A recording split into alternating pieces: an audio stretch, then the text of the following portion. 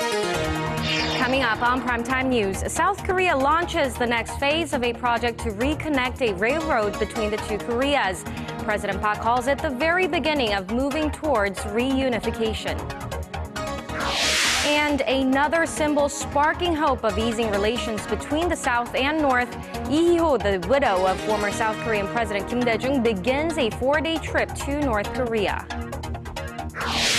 To boost employment among the younger generation, the Korean government pushes ahead with plans to launch a job-sharing system at public institutions. Stay tuned for these stories and more.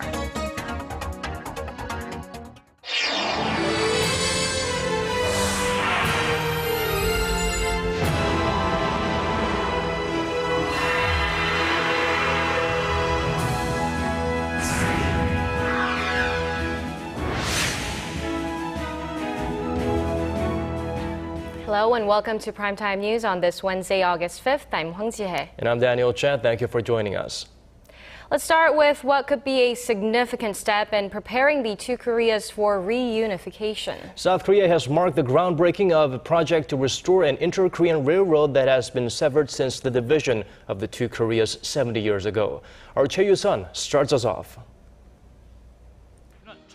The 220-kilometer-long Gyeongwon line, completed in 1914, was mainly used to transport goods from Seoul's Yongsan Station to Wonsan City, now in North Korea. Since the rail line was severed in 1945 and partially destroyed during the Korean War, the two Koreas have been operating the disconnected branches on their respective sides of the border. In 2012, South Korea restored a 5.5-kilometer section connecting its northernmost Shintanni station to Baekmagoji station. On Wednesday, the South broke ground on a project to restore the section from Baekmagoji to Woljeongni, the line's northernmost station in the south, closest to the military demarcation line. South Korea then plans to complete work on the rest of the line, stretching to Pyeonggang Station after an agreement with the North is reached. At the ceremony, President Park Geun-hye highlighted the significance of breaking ground on this part of the project ahead of this year's 70th anniversary of the division of the two Koreas. 경원선을 다시 연결시키는 것은 한반도의 아픈 역사를 치유하고 복원하여 통일과 희망의 미래로 나아가는 출발점이 될 것입니다. Calling on North Korea to choose the path towards peace and prosperity, she expressed the hope the restored railway will contribute to the success of her so-called Eurasia initiative, linking logistics and energy infrastructure across the two continents. 유라시아 협력의 길을 따라 남북이 협력하고 영내 국가들이 활발하게 교류해 나간다면 동북아의 안정과 평화를 가져오고 유라시아를 창조와 평화의 대륙으로 변모시켜 나갈 수 있을 것입니다. As the rail line also crosses the Demilitarized Zone, or DMZ, President Park suggested the two Koreas work together to develop the area into an eco-friendly peace park under the new name Dream Making Zone. Choi Yu-sun, Arirang News. The widow of former President Kim Dae-jung arrived in North Korea today. Her visit is largely aimed at providing humanitarian aid, but eyes are focused on whether she will meet the North Korean leader and possibly ease strained inter-Korean relations. Our Won Ji-yeon has this report. Former First Lady Hee-ho appeared upbeat before boarding a charter flight bound for North Korea on Wednesday. Prior to her departure, she took pictures with her 18-member delegation and said she's visiting the North with hopes of healing the deep pain of Korea's 70 years of division. She also said she hopes her visit will serve as a catalyst for the resumption of stalled inter-Korean talks, mentioning in her remarks the historic agreement adopted on June 15th between North and South Koreas in the year 2000. Ms. Lee said she's crossing the border with the hope the two Koreas will embrace the June 15th spirit and work towards reconciliation, love, and peace. Ms. Lee's visit is mainly focused on providing aid to North Korean children. She visited children's hospitals and daycare centers in Pyongyang and handed out medicines and school supplies. She also visited a women's hospital to provide the necessary support. Whether she will meet North Korean leader Kim Jong-un remains unknown, but pundits say the chances of an encounter are high, as her visit is the result of a handwritten invitation from Kim sent last December. If the two do sit down for talks, Kim's remarks could become an important indication as to how inter-Korean relations will unfold in the future. The former First Lady is set to hold a press conference on Saturday, the day she returns to Seoul. Hwang Ji-hye, Arirang News. Shifting gears, South Korean Foreign Minister Yoon Byung-se, who's in Kuala Lumpur attending the ASEAN Regional Forum, urged Russia and ASEAN member states to play a bigger role in having North Korea end its nuclear program and provocative actions. Our Park Ji-won tells us more. In his talks with ASEAN counterparts on Wednesday, South Korean Foreign Minister Yoon Byung-se called for a concerted effort by ASEAN member states to send a strong message to North Korea. Yoon said that North Korea keeps violating UN resolutions with its continuous missile and nuclear development activities, while rejecting to hold talks on denuclearization. In response to Yoon's statement, ASEAN countries agree that North Korea needs to abide by UN resolutions, as well as a September 19th joint statement signed among members of the six-party talks back in 2005. Later in the day, Minister Yoon met with his Russian counterpart, Sergei Lavrov, on the sidelines of the forum, calling for Russia's active role in North Korea's denuclearization. Yoon highly valued Russia's role in the recently inked Iran nuclear deal and urged Moscow's contribution to resolve Pyongyang's nuclear ambitions as well. The meeting took place right after Lavrov met with North Korea's Foreign Minister Lee Soo-young on the same day. According to Russia's TASS news agency, Lavrov said that while Russia supports denuclearization of the Korean peninsula, it also wants the regime to have its security guaranteed. Meanwhile, when asked about a sideline meeting with South Korea's Yoon, the North's diplomat hinted that there might be a possibility of inter-Korean talks during the three-day forum. Don't be so impatient, since we have plenty of time and many things to do. The foreign ministers of both Koreas also attended last year's ASEAN Regional Forum in Myanmar, but no separate talks took place. Park Ji-won, Arirang News. Senior defense officials from South Korea and Japan met in Seoul today, the first such a meeting in over 2 years. Yoon Sung-gu, Director General for International Policy at the Ministry of Defense, and his Japanese counterpart, Atsuo Suzuki, held talks in Seoul. The three-hour discussion comprised a wide range of regional issues, including Japan's recent move to change its national security laws, the South Korea-U.S. alliance, and North Korea. The annual director-level defense meeting between the two countries dates back to 1994, but has not been taking place since 2013 due to disagreements over historical issues. Korea launched its first non-commissioned officer training program today with a ceremony at the school in Dae-jung that will host the program. It's all part of a government effort to fill in the ranks with more NCOs and fewer troops. Our Connie Kim reports. They stand resolute and determined, ready to protect Korea and its citizens. These young trainees are part of the first class of cadets in the country's first reserve non-commissioned training course program. A ceremony to kick things off was held Wednesday at the Dae-jung Institute of Science and Technology, a two-year vocational school in the heart of the country.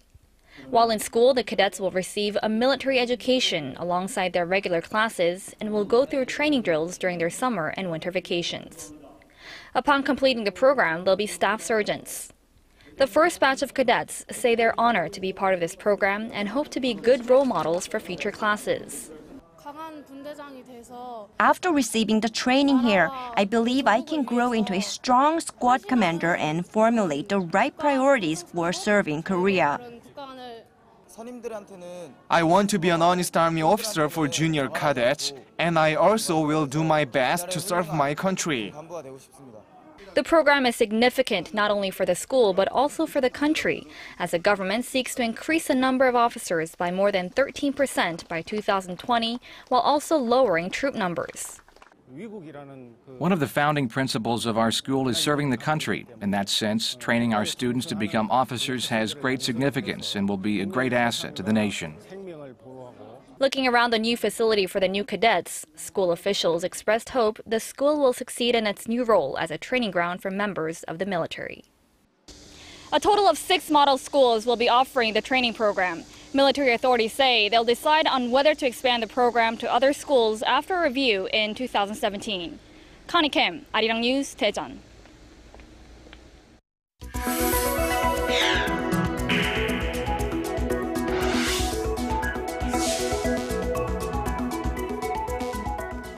President Park Geun-hye is expected to lay out a vision for how she plans to run the country during the second half of her 5-year term.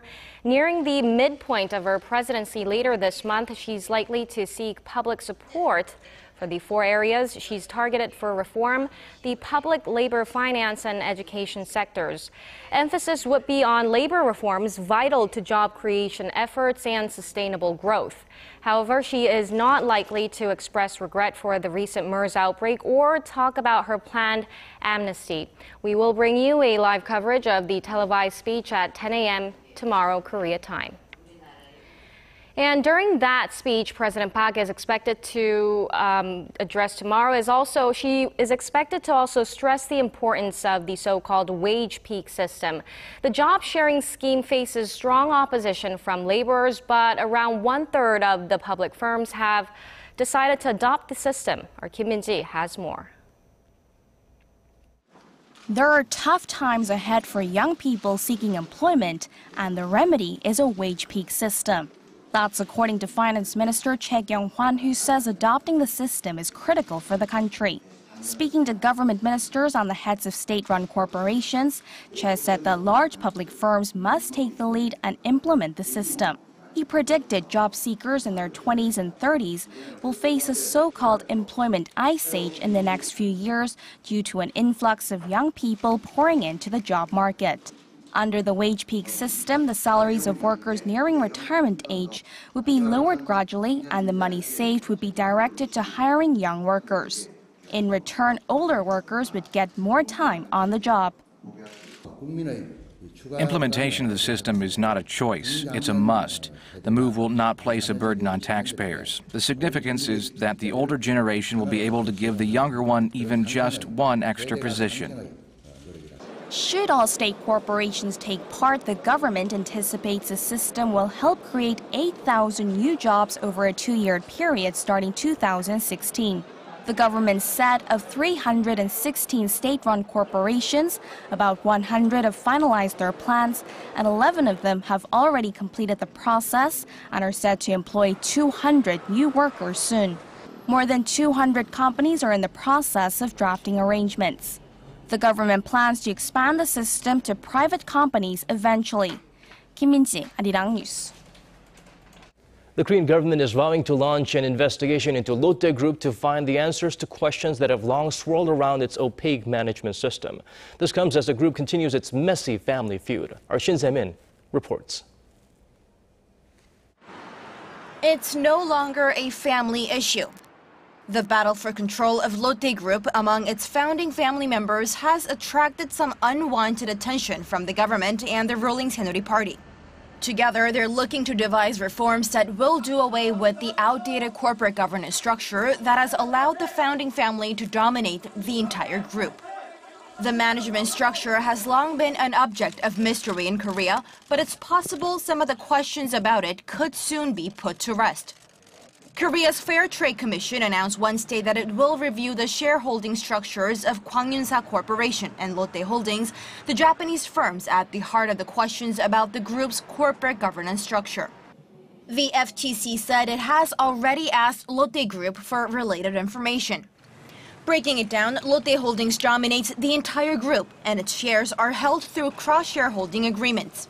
But that company, in turn, is under the control of an unlisted firm, Hwang-Ji-hye Corporation, which has the largest stake in Lotte Holdings at more than 27%. So that means the metaphorical head of the group, Lotte Holdings, which holds the most shares in Lotte Group, is based in Japan, while the body, Lotte Hotel and other Lotte affiliates, is in Korea. But the details surrounding the dominating firms are unclear. Under Japanese law, neither Hwang-Ji-hye Corporation nor Lotte Holdings have to reveal their shareholder lists. The founder of the group, Shin Gyuk-ho, is believed to have a major stake in Hwang-Ji-hye Corporation and may have passed some of his shares on to his 2 sons. But remember, Hwang Ji-hye is not listed on the stock market, making it hard to know who owns what and how much they've got. 신세민, Arirang News. Grocery shopping gurus look for 3 key points when making purchases: quality, quantity, and price. Korea's big box stores, fully aware of this simple fact, continuously expand their private brand products with greater options than just a lighter price tag. For this report, we turn to our Kwon So-ah. Be it snacks, water, and even Korea's favorite instant noodles, ramyeon. These PB, or private brand products, in some cases can be bought for less than half the price of their name brand counterparts. I buy a lot of PB products ranging from food to daily necessities. I don't feel any big difference in terms of quality. In the past, the greatest issue of concern was the image of cheaper PB products. But market watchers say that has changed over the years, evident in how much room they now take up on the shelves. E-Mart, the frontrunner in PB products, released its first PB milk back in 1997 and tripled the number of goods in the last decade, adding a premium image to conventional PB products. Lotte Mart also unleashed a new strategy with different price tiers. Choice L for the cheaper goods, Save L for even cheaper ones, while higher quality items come with the label Prime L. Home Plus has seen similar growth in the industry. One of its popular items are these potato chips featuring the immensely popular honey butter flavor. It's an example of so-called Me Too products, which have received a fair share of criticism due to the extreme resemblance they have with the original brands. If PB brands had put more weight on benchmarking products from big-name companies, we are now putting more effort on developing our own original products, such as vitamins and cosmetics made with Korean herbal ingredients. Me Too products have also led to trademark battles, raising the need for stronger measures from the government and self-regulation from retailers. What's most important is that the distributors and manufacturers grow mutually. This is why, along with PB products, P&B products are beginning to show up, in which the retailers and producer develop their products together and the manufacturer becomes the owner of the trademark right. Experts say there is plenty of room to grow the private brand business, and with the right strategies, it can become a win-win situation for everyone involved. Kwon So-ah, Arirang News. Children in Korea are becoming more prone to catching infectious eye diseases. According to Korea Center for Disease Control and Prevention, around 7 of every 1,000 children aged 6 and under contracted acute hemorrhagic conjunctivitis at the end of July. That's more than twice the number of average cases reported July last year. The same age group also saw the biggest jump in cases of epidemic keratoconjunctivitis. More than 58 cases were reported. That's up 80%. To prevent the spread of eye diseases, the agency is advising daycare centers and kindergartens to tell children to wash their hands and maintain good hygiene.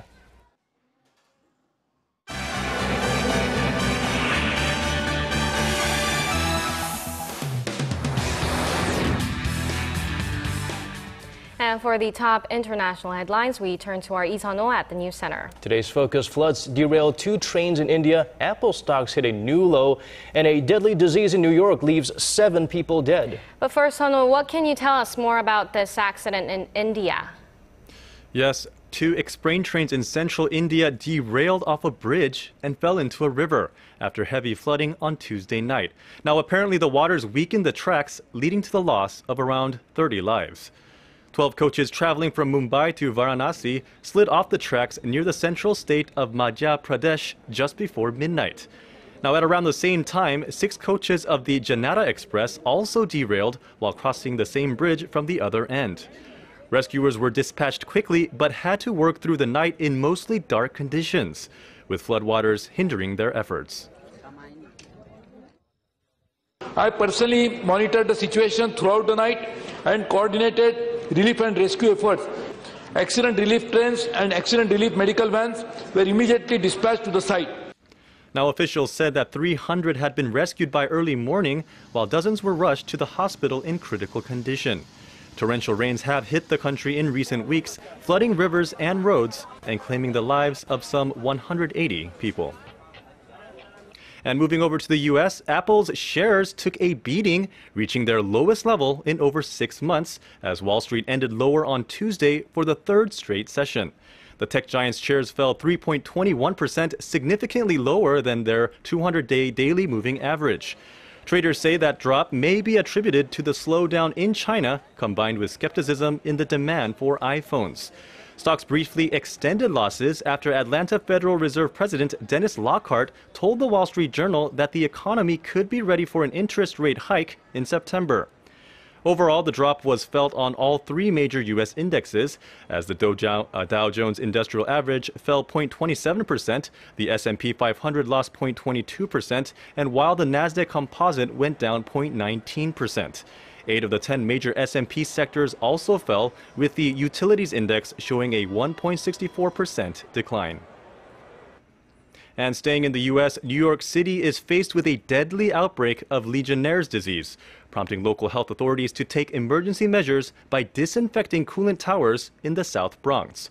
So far, 7 people have died and 86 more are confirmed to have been infected.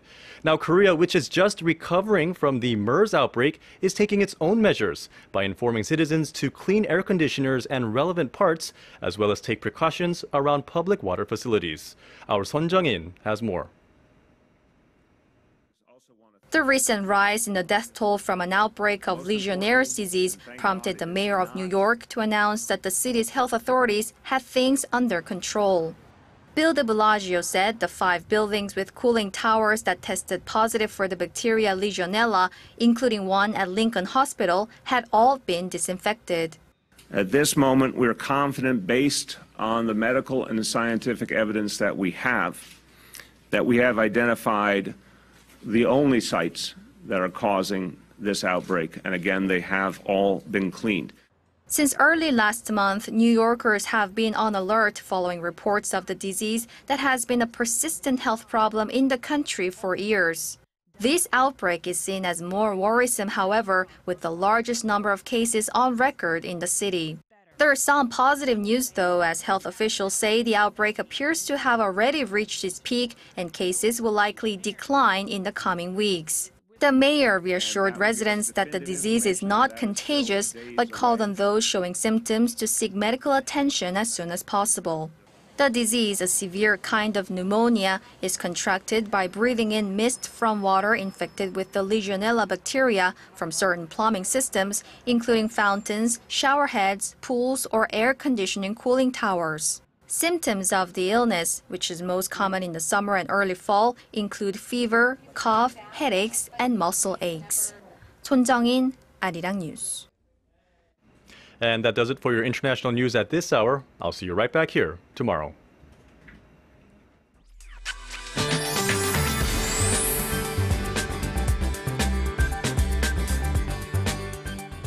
The hot weather continues on this week, and today was no exception. And the heat wave advisory was issued here in Seoul this afternoon. And likewise, most parts of the country are struggling through extreme heat wave. And tomorrow's forecast will not be any better, as we're expecting another scorching temperatures across the nation. And the reach of high pressure will keep skies mostly sunny tomorrow, leading to very high UV levels. So have sunglasses and sunscreen ready, as you could easily get sunburn even during short periods of time. And the discomfort index will also be very high. And you know, all these conditions could cause severe headaches and dizziness, so take the appropriate precautions. Now, taking a closer look at tomorrow's temperatures, Seoul will soar to 33, while Daegu and Gwangju will skyrocket to 37 and 35, and Busan will top out at 31. And as for the other regions, Dae-jung, Jeju Island will see a high of 35 and 31, while Dokdo rises to 30. And it seems like it's going to be even hotter on Friday here in Seoul, with the mercury soaring to 34. Well, that's all for the weather. Good night.